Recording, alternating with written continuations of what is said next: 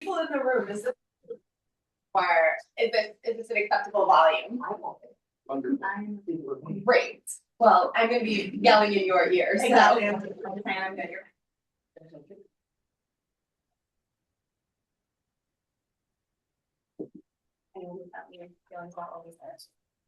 We get started now, or okay, great. If you are on the Zoom, you should have access to the source sheet link in the chat.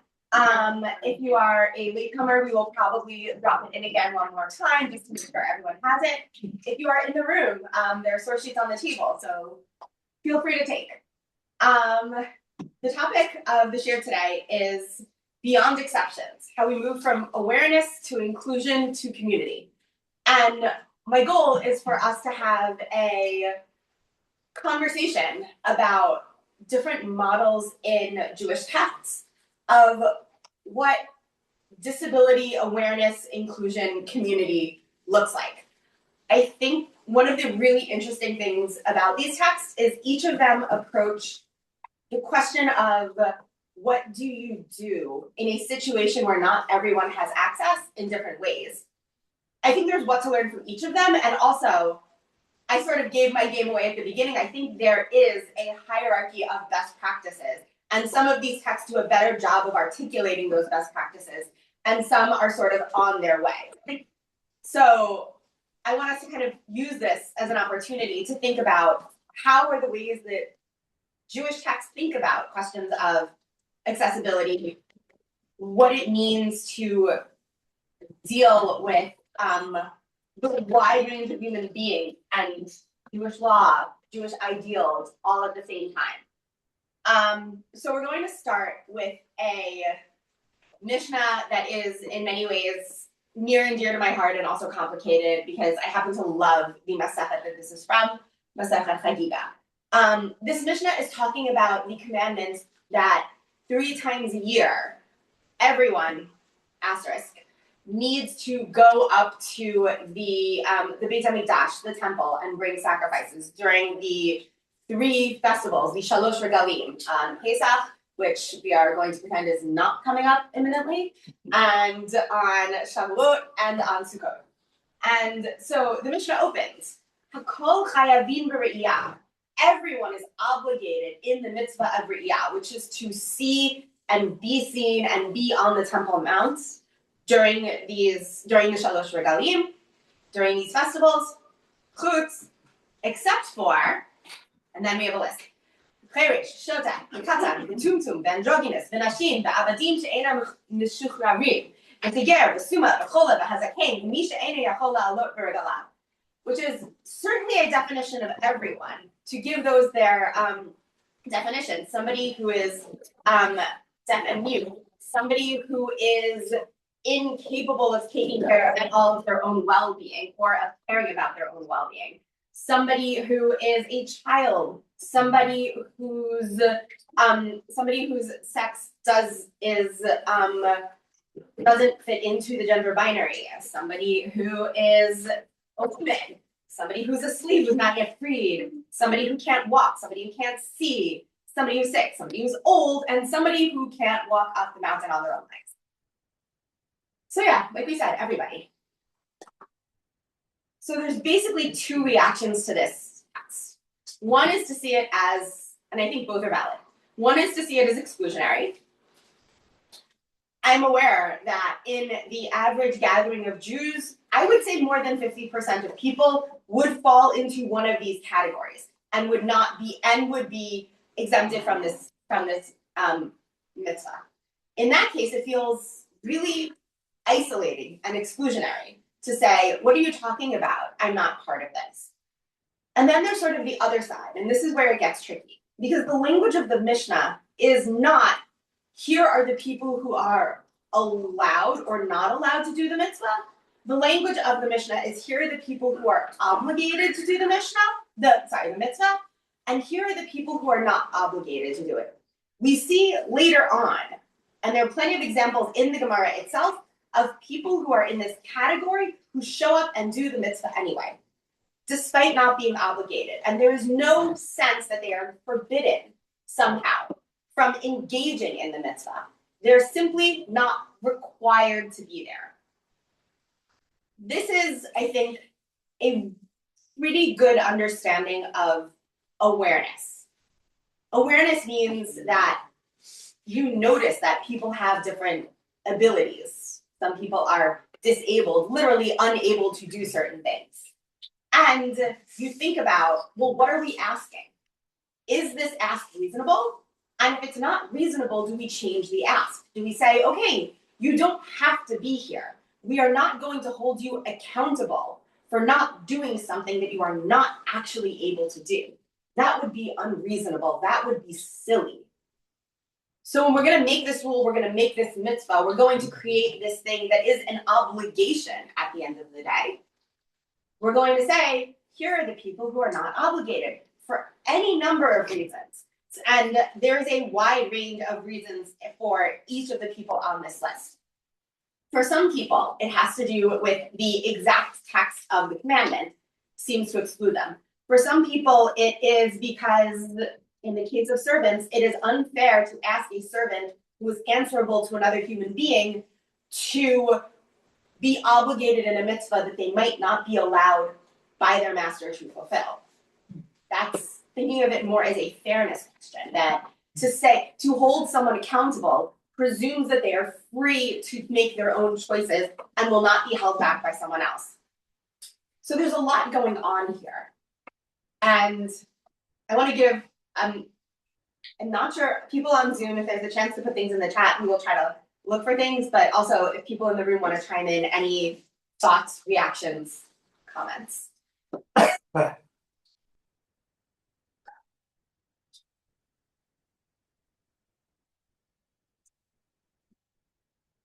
Now, who said this?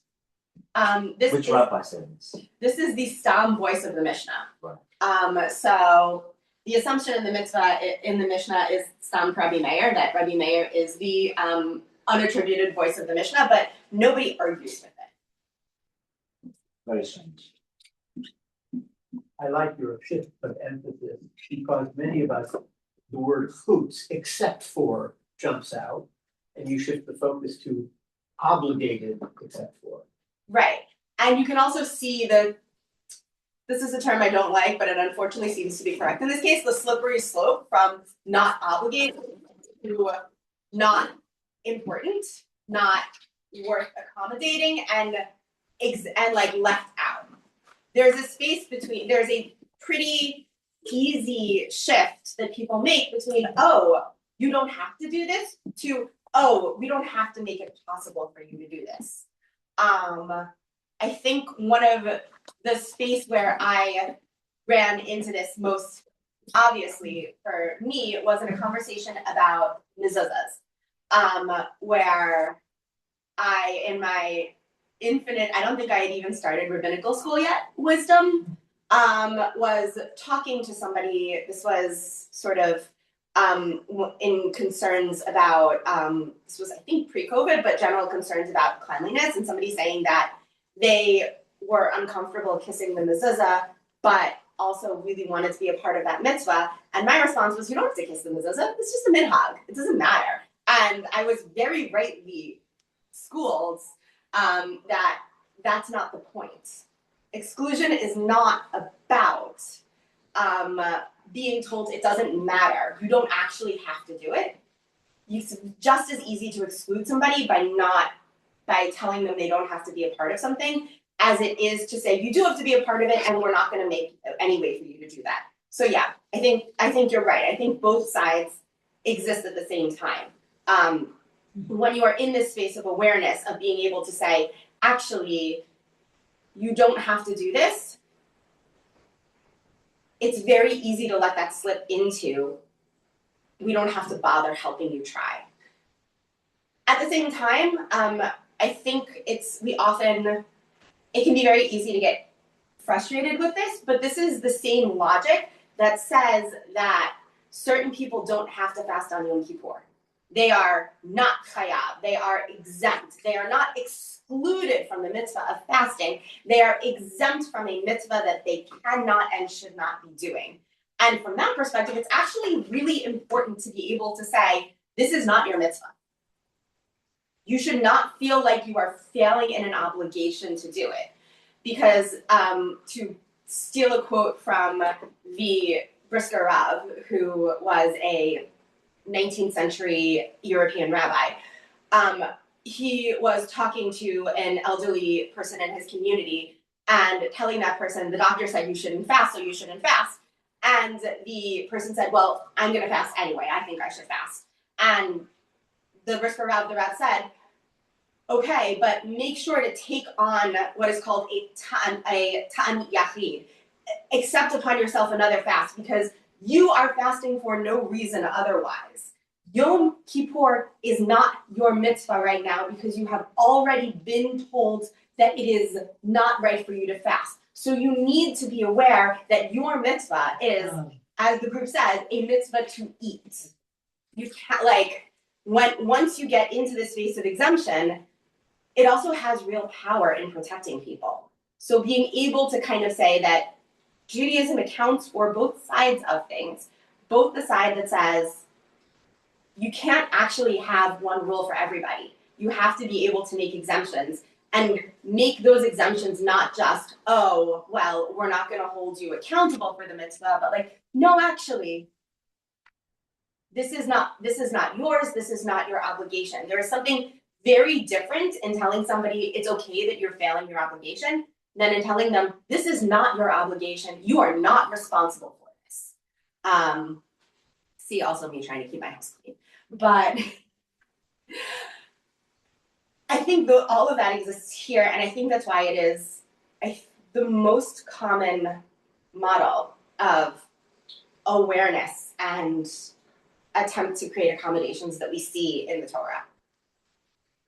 I'm gonna pause you for a second. If someone on Zoom unmute and say something, I want to see if we can hear you because we're not looking at the chat at the moment. Good morning. Good morning. So anyone who has a comment or question, go ahead and just unmute yourself and ask as if you were in the room. Well, I will say that I didn't hear people being introduced. So the speaker, I'm not sure who she is. Okay. Hi. My name is Rabbanit Shayne. I am the scholar in residence at ASBI this weekend. In my normal life, I am a halacha teacher and dean at Yeshivat Maharat in New York. Thank you. And for me, you speak a little too quickly. I'm sorry. That is very fair. I will do my best to slow down. We are recording it. The other thing that you can do is if you turn on the captioning on your end, I can't guarantee we might try and put captions on after the fact. Always hard when you have Hebrew and English and Right. Yeah. So yeah, we're gonna do our best as this is an accessibility event. Yeah, but thank you also. That is important for me to hear, especially because when I'm not paying attention, I do speed up and it is helpful to have the reminder to slow down. So thank you. Well, it's very clear that you know your topic inside out, and that can, also lead to your speaking rapidly because it's flowing. And I appreciate your, knowledgeability. By the way, I'm representing Temple Shalom. I don't see anybody else. I think we were co-sponsoring this event, weren't we? You are. It is much appreciated. There was also a change in the time. So that is also why we are recording, to make sure that anybody who wanted to attend and did not get that communication can still benefit. Thank you.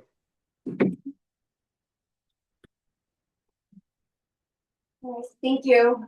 We will pause again after the next source to hear both from everyone in the room and everyone on the Zoom who feels interested in sharing their perspective in the conversation. And again, I encourage people to bring their thoughts into the space and share. So with that, yeah, Barry? I was thinking maybe it's appropriate now because I think what I'm about to say might be applicable anywhere along the way. And is there a point of view issue or does it, or should it be acknowledged, because it occurs to me, I'm thinking about it, that the inclusion aspect includes he, she, they, who are involved in the determination of the mitzvah, interpretation of the mitzvah, administration of the mitzvah, and supervision and watching of the mitzvah, versus the people who are obligated to perform it. And so whether one perceives him or herself of obligated, even if a doctor says you're not, becomes an issue versus the doctor or the others. So I think point of view is an issue. Yes, and point of view in halakhic literature is often a question, sometimes because you often speak from, I'm going to call it the omniscient rabbinic, the point of view of the rabbi who thinks that they can make these decisions. And then there are mitzvot that apply to a person's perspective. So in particular, when it comes to fasting on Yom Kippur, we follow the position that says don't fast, regardless of who articulates it. By which I mean, if a doctor says this person shouldn't fast and the person says I'm fine, then they shouldn't fast. If the doctor says this person should fast and the person says I don't think I should, I think it's dangerous for me, we follow the person as well. The principle is Leiv Yodea Marat Nafsho. A person or one's heart knows its own bitterness. People are good judges of their own circumstances. That's a little bit trickier for a Mishnah like this that is very much about personal identity as opposed to particular health moments, but I think you're right to notice that point of view comes into it in interesting and sometimes complicating ways. The question was the point of view of the person who is, Barry, tell us, am I right? Of the person who is observing the mitzvah and the person who is performing the mitzvah. Did I get that question correct-ish? Those two sound like the same thing to me. The person who is observing the mitzvah and the person who is performing the mitzvah. Or the person determining obligation and the person who's obligated, I guess. The person watching someone doing the mitzvah Oh. and the person performing the mitzvah. Good. That was the words I was looking for. To my narrow thinking, yes. No, I understand the confusion with how I was phrasing that. No, you're good, I understand the confusion. Another thing that just like stood out to me, right? This Mishnah is it's talking about people who are putter from the ascending Harabayim, is not listing those for whom it would be usher, right? It's not listing the nidas, not listing the balkari, Yes. and right. I think it's important to differentiate because right, in theory, right, if these people were putter wanted to do the mitzvah, do korbanos, right, that they might not be chayav in it. They could, right? They might not be the priority per se, right? There's limited resources. You might want to prioritize that for that who is actually the mitzvah. But right, you understand what I'm saying? Yes, Yeah. there is a category of people who are forbidden to go on Aliyah LaRegal, to ascend to the Temple Mount on the pilgrimage festivals, and they are not on this list. This is purely a list of people who are not required to go. Again, if you can't make it, you do not need to feel like you're failing in your obligation. So yeah, I think that's also the absence of the category of people who are forbidden from this list is important, even though we know they exist. Now, is there anywhere in Torah, the 5 books of Moses, that has this exclusion?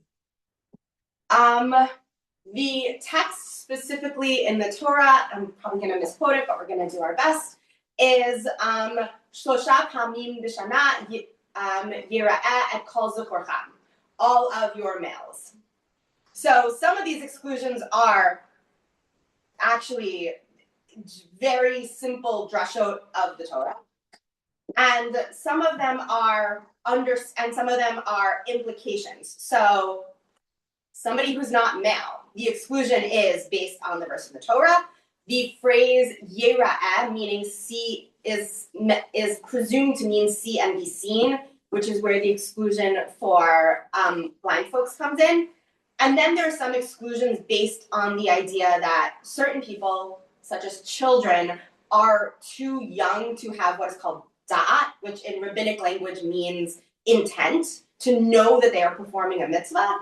And so therefore they're excluded on the grounds that they literally cannot do it. So, and then you have other things where the presumption is if somebody can't walk on their own 2 feet, then they can't fulfill the mitzvah, and so they are not obligated in the mitzvah.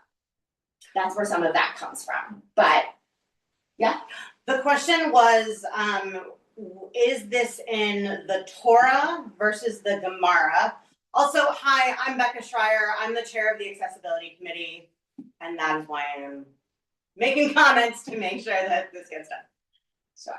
So it's always tricky to answer the question of, is this in the Torah? Because the rabbis would have said yes. We, looking at how they interpret, might say yes and. Okay. The second section is about the priestly blessing, Birkat Kohanim. And we're talking about who can and cannot go up to offer the priestly blessing. And so the Mishnah opens with Kohen sheyesh beyadav mumim lo yisat kapav. So a Kohen who has some kind of blemish on his hand may not, the technical term is raise up his hands, which means stand up and perform the priestly blessing with his hand raised in the appropriate fashion, which I both will not do and cannot do. Speaking of accessibility.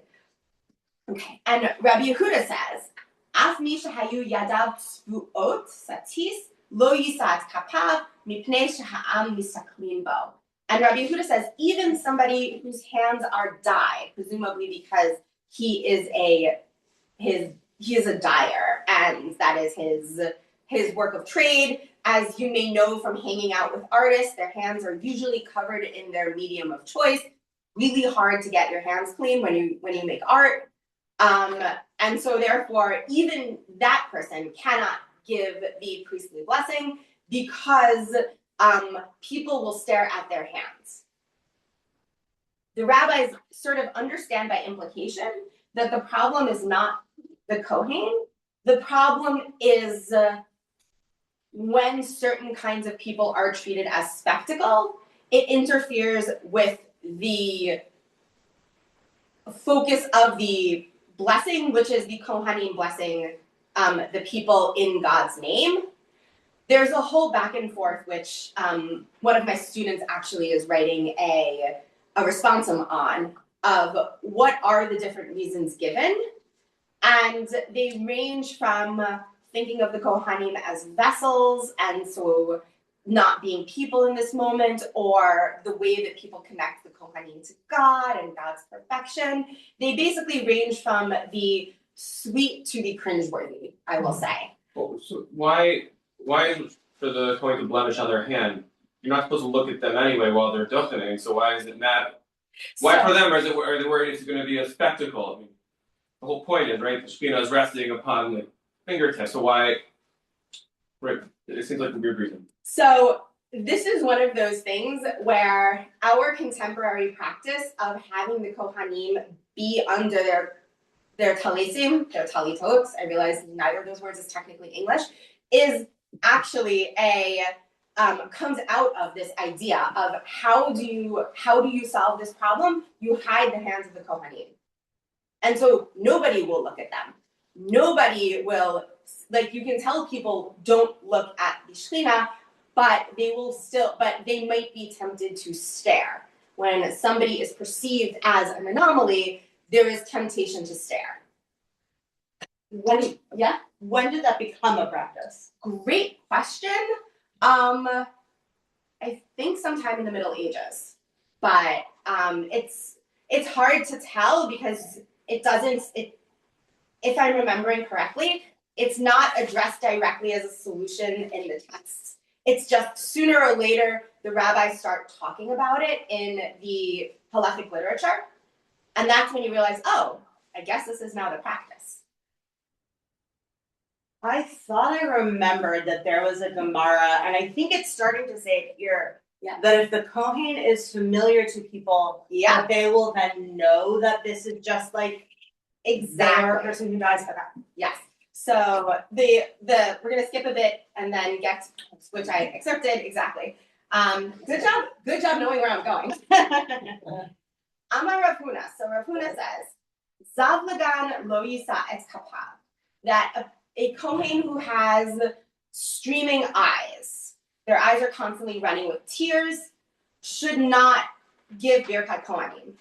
And then the Gemara interrupts and says, V'hakahu dehava b'shivivut de Rav Huna, v'hava paris yadeh. Wait a minute, there was a Kohen just like that in Rav Huna's community, in his neighborhood. Meaning Rav Huna would have seen him in shul every time this happened.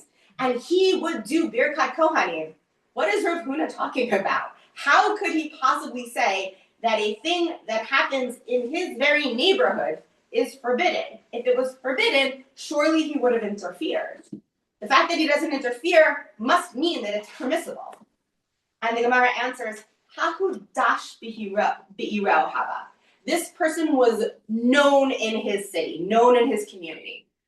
By implication, when disability is normalized, when we see people with different kinds of disabilities, who use different kinds of mobility aids, who move around the world in certain ways, who act in certain ways, and instead of constantly staring at them and seeing them as outside, they become normal and normalized in our community and become our community, then this problem goes away because we stare at what we do not find familiar. We stare at what we consider outside. So when this person with some kind of eye condition became normalized in Rav Huna's community, of course he did birkat kohanim because nobody was staring at him going, oh my gosh, it's the guy with the eyes. It's, oh, Mr. Cohen's up there with everybody else, who was probably also not officially yet named Mr. Cohen, but you get the idea. Could that be another reason Mhm. that God wants a perfect human being to convey his services and not someone, God forbid, Mm-hmm. with a disability? Like it says, if you crush the testicles, Mm-hmm. you can't serve as a Kohen. You follow what I'm saying? Yes. God wants the utmost perfect person because he represents God. That is an answer that is, the question was, is it about the perfection of the human being representing God? The answer, some rabbis certainly say yes. I bristle at that interpretation because I'm not entirely comfortable with the idea that God sees disability that way.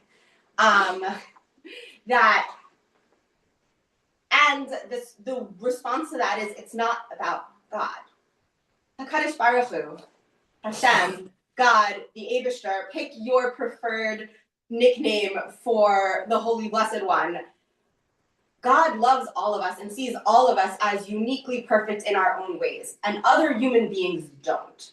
And so it's not about the relationship bein Adam l'makom, between a person and their creator. It's about the relationship between other people. When other people can get over their own biases, then these things are unnecessary.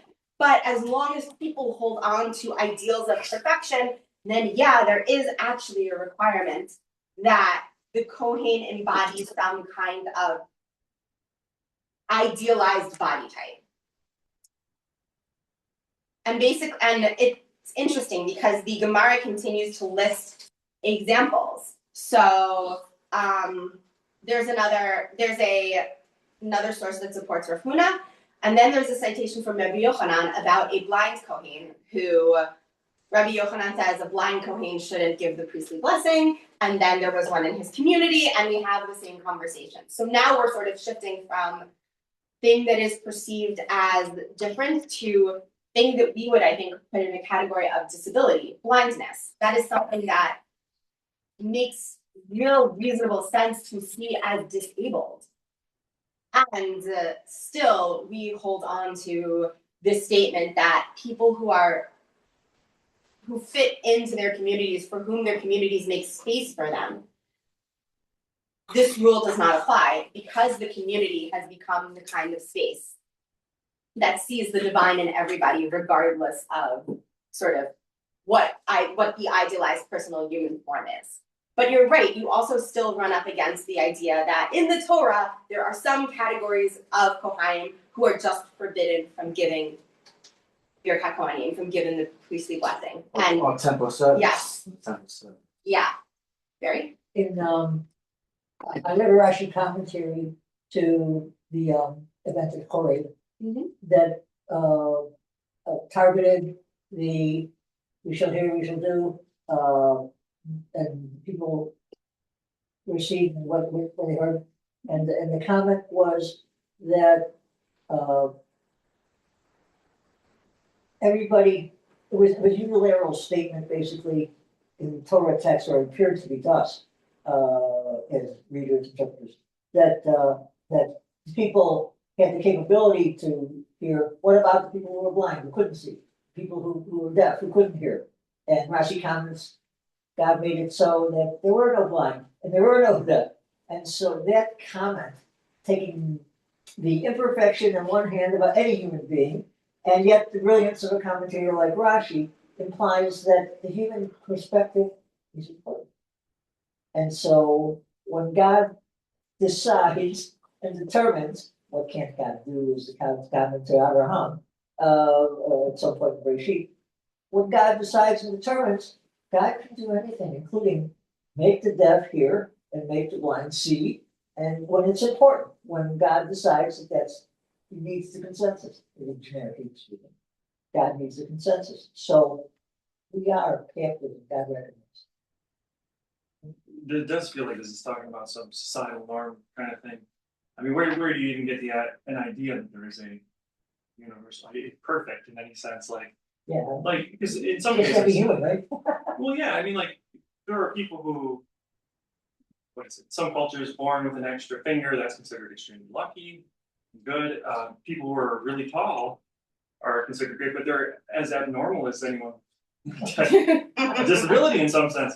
So it's if the society at this point thinks being tall is useful because you can reach things, but maybe being shorter is useful in other cases, other groups. I mean, that's what it feels like this is kind of getting at is, yeah, there's the universality of it is probably not exactly. So there's a societal sense. I think in Julia Watts Bessler's book, the one that just came out, I think it's Loving Our Own Bones, if I remember correctly.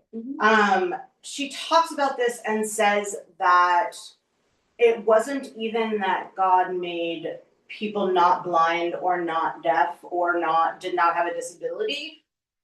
If I remember correctly, it was that God did it in a way that those with disabilities could still participate. So there was no need to change the disability. It was accommodated.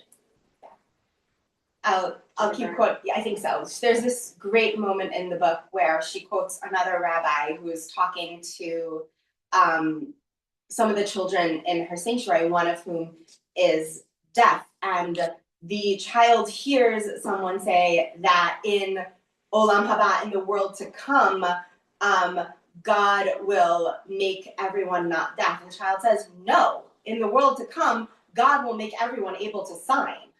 And like, that's the difference. It's a great story. This is your vision of a world where everyone is healed, everyone is one way, or is your vision a world where everyone is accommodated? And how do you factor into the last week's parasha? I said, if you listen to me, no disease, pestilence, or anything will come upon you, because I will heal you Yes, also known How as does that come marriage, into which it? sounds great. Yeah. Called a machala. Got- A machala is a condition that comes and goes. That's fun. The common cold is a machala. Yeah. But Yes. something that's in your bones. I like this idea that it's not that there will not be anyone who's deaf, but everyone will be able to sign. But cancer should still be cured. There's a, for like a half, this is gonna take longer than I think it is probably. There are multiple what are called models of disability, which are models meaning ways of getting a hold of and thinking about disability. None of them are really designed to encompass the totality of experience in the same way that a globe is not the earth. But a globe is a model of the earth that makes it comprehensible and allows you to do useful things. So models of disability are the same. There is the two models that are coming to mind here are what are called the medical model of disability and the social model of disability. The medical model is the model of disability is an illness, and the goal is to cure it. All disabilities are seen through the lens of a kind of aberration, and the goal is to make that aberration go away. So it's not a long-term illness, disability? Or that is at least the dream of medicine Right. is to make it go away.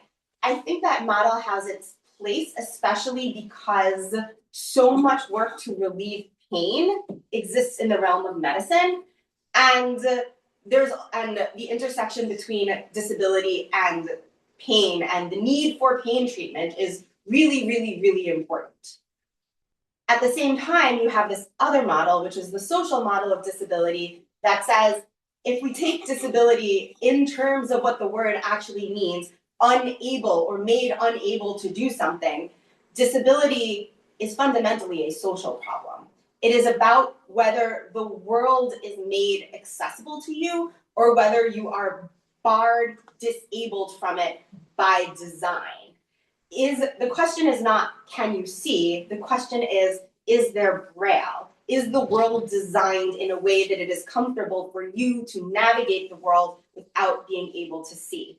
Is the world accessible to you if you cannot hear? Are there other ways to find information? Is there incredible deaf culture? If you've ever seen a show performed with a sign language interpreter, you really understand the ways in which there is a whole nother layer of art going on for people who speak sign language and what they can see. So that's kind of a little bit of what's coming up here when we're getting into the question of what role does society have in not explicitly deciding, but making it clear whether something is accessible or not. The question is not, can you walk? The question is not, can you handle loud spaces? The question is not, what is your attention span like? The question is, what resources and accommodations and spaces are made available and built so that these things don't matter to your ability to participate? And I think the example of the Kohanim exists sort of right in the middle. And the third example on the page is an example which,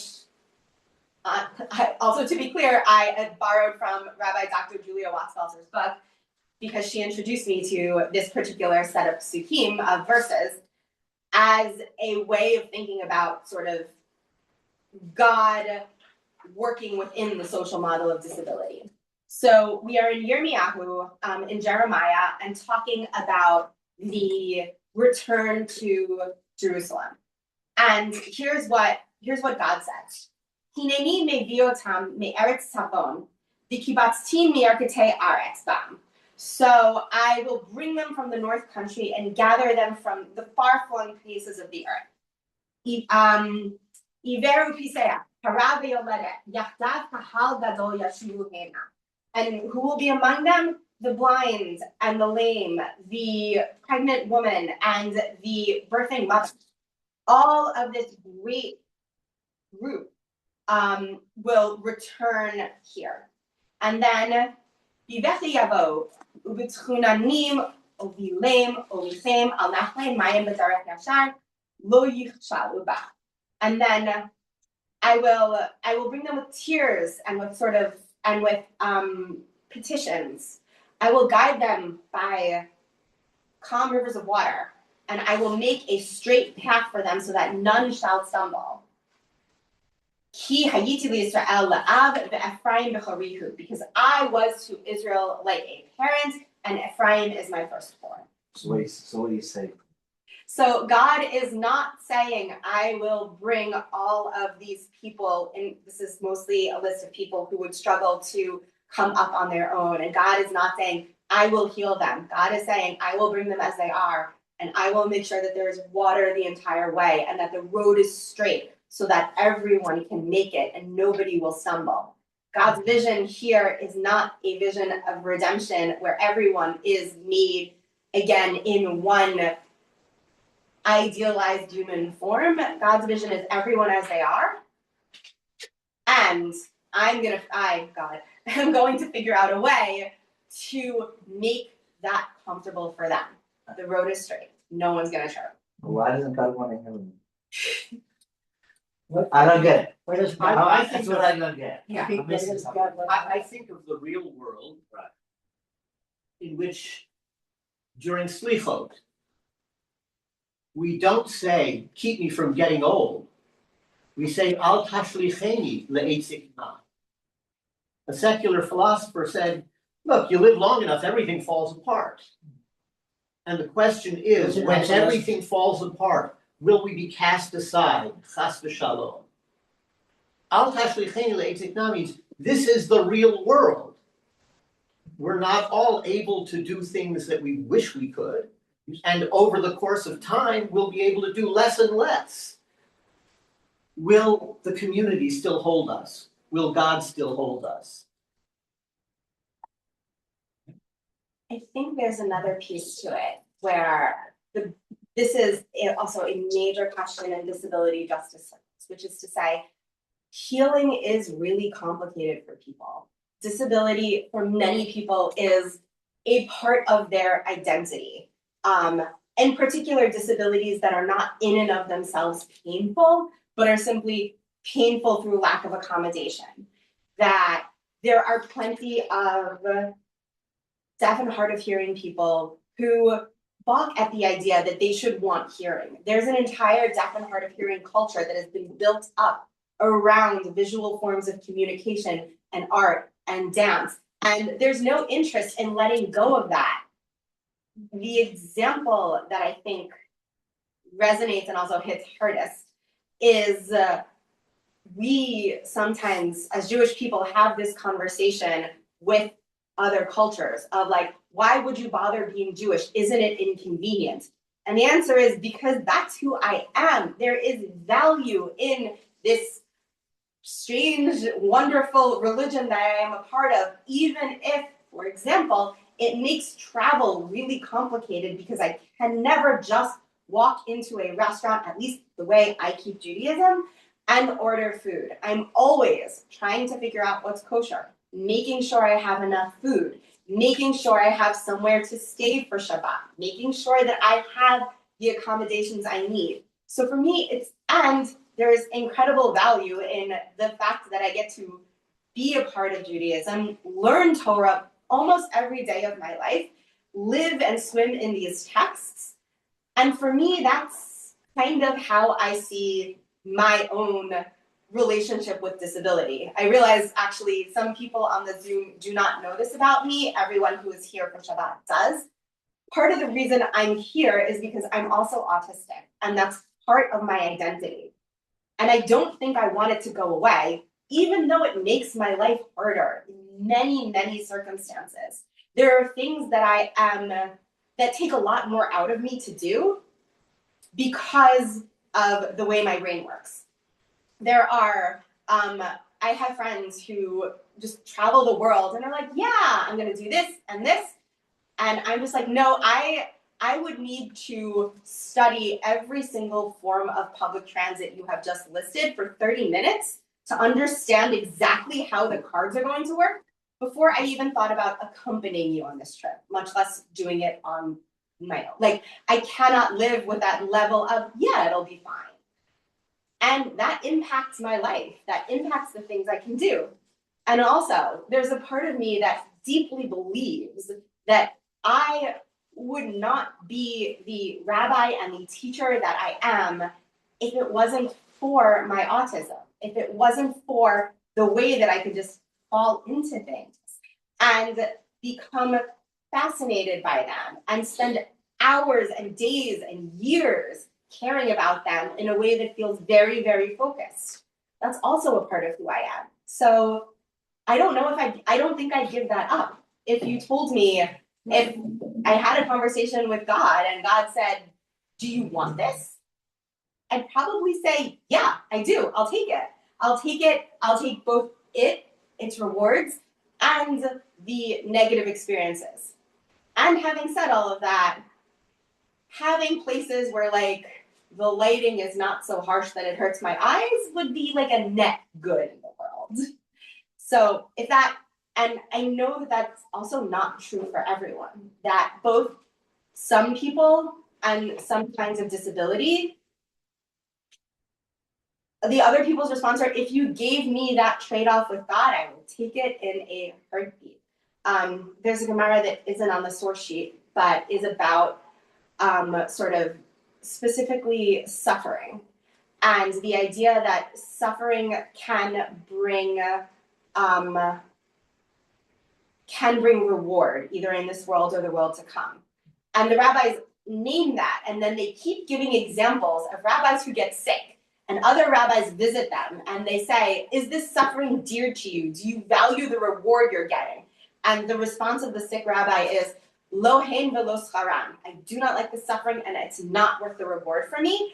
And the rabbis give each other their hands and they hold each other's hands and the sick rabbi becomes healed. So there is this idea that some suffering is not worth it. At a certain point, illness, maybe even disability, becomes a space of too much pain and is not worth it. So I think there's a reason that we have multiple stories. We have stories of divine healing. We have verses in Yeshayahu that talk about God healing the blind and those who can't walk. And we have verses like this, because at the end of the day, most women do not, honestly, most people who are pregnant do not want to be healed of their pregnancies except by giving birth to a live child. Anything else is not worth it. That is, in many ways, Yisurin shel ahava, suffering that comes from love. If you can mitigate the pain with PT, with medication, sure, yeah. But at a certain point, when a person is 35 weeks pregnant, it's never going to feel great. And for most people, they would not trade that for the world. So it's tricky. I think it really is complicated, and part of the reason that this source sheet in a different world could have just been one text. And if it had been one text, it would have been one story, and that would have been the only story of disability to tell. But the fact that there's so many stories is because there's no such thing as a monolith. There's no one narrative. It's all multiple narratives with multiple perspectives, multiple ideas, all of which I think go into building this more accessible road that is sort of Yirmiyahu's divine vision. I beg your forgiveness. We forgive I'm you. interested in the topic. I have freeze this thing scheduled, but not your call. All right. Does anyone on the Zoom want to unmute and chime in, ask questions? Rebuke me for being a ask again? Legitimately?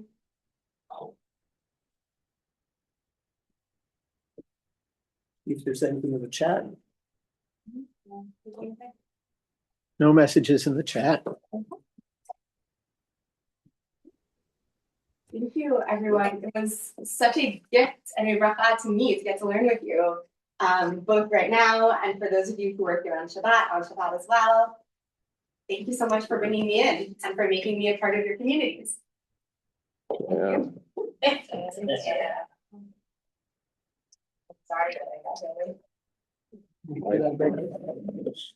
I was gonna say on Friday night, when you were asking like if I'm loud enough, I was gonna say like, just be unmasked, don't you think? Slide I am.